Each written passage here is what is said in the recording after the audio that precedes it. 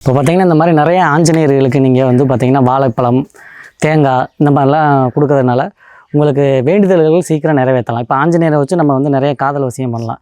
அதுக்கு பார்த்தீங்கன்னா ஃபஸ்ட்டு ஒரு 2 வாழைப்பழம் வாங்கிக்கோங்க. அந்த வாழைப்பழத்தில் இப்போ காதலன், காதலி 2 பேருடைய பேரையும் நீங்கள் எழுதிக்கணும்.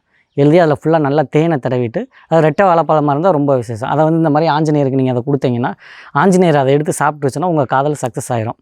அதே மாதிரி தேங்காவிலையும் நீங்கள் உங்கள் காதலனோ இல்லை பிரிஞ்சு போன மனைவி, கணவன் மனைவியாக இருந்தாலும் சரி, இல்லை காதலர்கள் பேரை எழுதி அதை நீங்கள் நல்லா தேன் தடவி நல்லா ஆஞ்சநேயர் மந்திரங்களை சொல்லிவிட்டு அதை கொண்டு வந்து நீங்கள் ஆஞ்சநேயர் கொடுத்து ஆஞ்சநேயர் அதை சாப்பிட்டுருச்சுனாலும் உங்களுக்கு சீக்கிரமே பிரிஞ்ச காதலர்கள் ஒன்று சேரலாம். கணவன் மனைவிக்குள்ளே எவ்வளோ சண்டை வந்தாலும் ஒருத்தர் நல்லா அந்நுண்ணியமாக மறுபடியும் நெருக்கமான ஒரு தாம்பத்திய வாழ்க்கைக்கு வந்துடுவாங்க.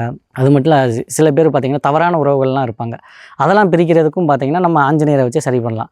ஏற்கனவே சொன்ன மாதிரி தான் அந்த ரெட்டை வாழைப்பழத்தில் ஒரு பக்கம் உங்களுடைய பேரை, இன்னொரு பக்கம் தவறான உறவுகள் இருக்க அந்த பெண்ணுடைய பேரோ ஆணுடைய பேரோ எழுதிக்கோங்க.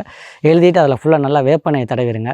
வேப்பெண்ணெயை தடவிட்டு அந்த ரெட்டை வாழைப்பழத்தை கொண்டு வந்து ஆஞ்சநேயர்கிட்ட கொடுத்துட்டிங்கன்னா அவரை சாப்பிடாமல் பிரித்து தனித்தனியாக போட்டார்னாலே போதும். உங்களுக்கு அந்த ஆஞ்சநேயர் பிரித்து தூக்கி போடுற மாதிரி உங்கள் அந்த தவறான உறவுகள் பிரிஞ்சு போயிடுவாங்க. ஒருத்தர் எத்தனை வருஷம் பழக்கமாக இருந்தாலும் சரி, எப்பேற்பட்ட சூழ்நிலையில் பிரிக்க முடியாத நபர்களாக இருந்தாலும் சரி, இந்த மாதிரி எதாக இருந்தாலுமே ஆஞ்சநேயர்கிட்ட அந்த வாழைப்பழத்தை மூலியமாகவே கணவன் மனைவி வசியம் பண்ணிக்கலாம். தவறான உறவுகளை பிரிக்கிறதுக்கும் நீங்கள் ஆஞ்சநேயரை வச்சு எல்லாமே சரி பண்ணிக்கலாம். அது மட்டும் இல்லை, பார்த்திங்கன்னா இப்போ ஆஞ்சநேயர் முன்னாடி உட்காந்து இப்போ நிறைய பேருக்கு பார்த்திங்கன்னா இப்போ பொருளாதார ரீதியாக எனக்கு திடீர்னு உடனே இப்போ பணம் வரணும் அந்த மாதிரிலாம் நினைப்பாங்க.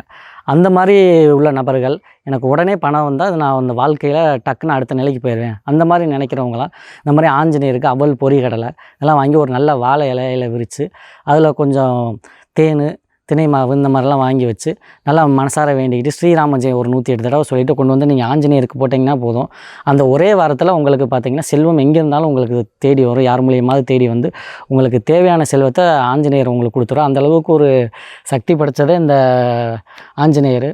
அது மட்டும் இல்லை, சில பேர் பார்த்திங்கன்னா இப்போ ரோட்டோரங்களில் எங்கேயாவது ஆஞ்சநேயர் இந்த மாதிரி எதுவும் அடிபட்டு கிடந்துச்சுனாலும் அது முறைப்படி எடுத்து நீங்கள் பால்லாம் ஊற்றி அடக்கம் பண்ணாலும் அதுவும் உங்களுக்கு புண்ணியம். உங்களுடைய பாவங்கள்லாம் தீர்ந்து உங்களுக்கு அது வாழ்க்கையின் வளர்ச்சிக்கு ஒரு மிகப்பெரிய ஒரு படிக்கலாக அமையும். அதனால் நான் சொன்ன இந்த பரிகாரங்கள் அனைத்தையும் பொதுமக்கள் அனைவரும் பயன்படுத்தி உங்கள் வாழ்க்கையை மேம்படுத்திக்க கேட்டுக்கிறேன். நன்றி, வணக்கம்.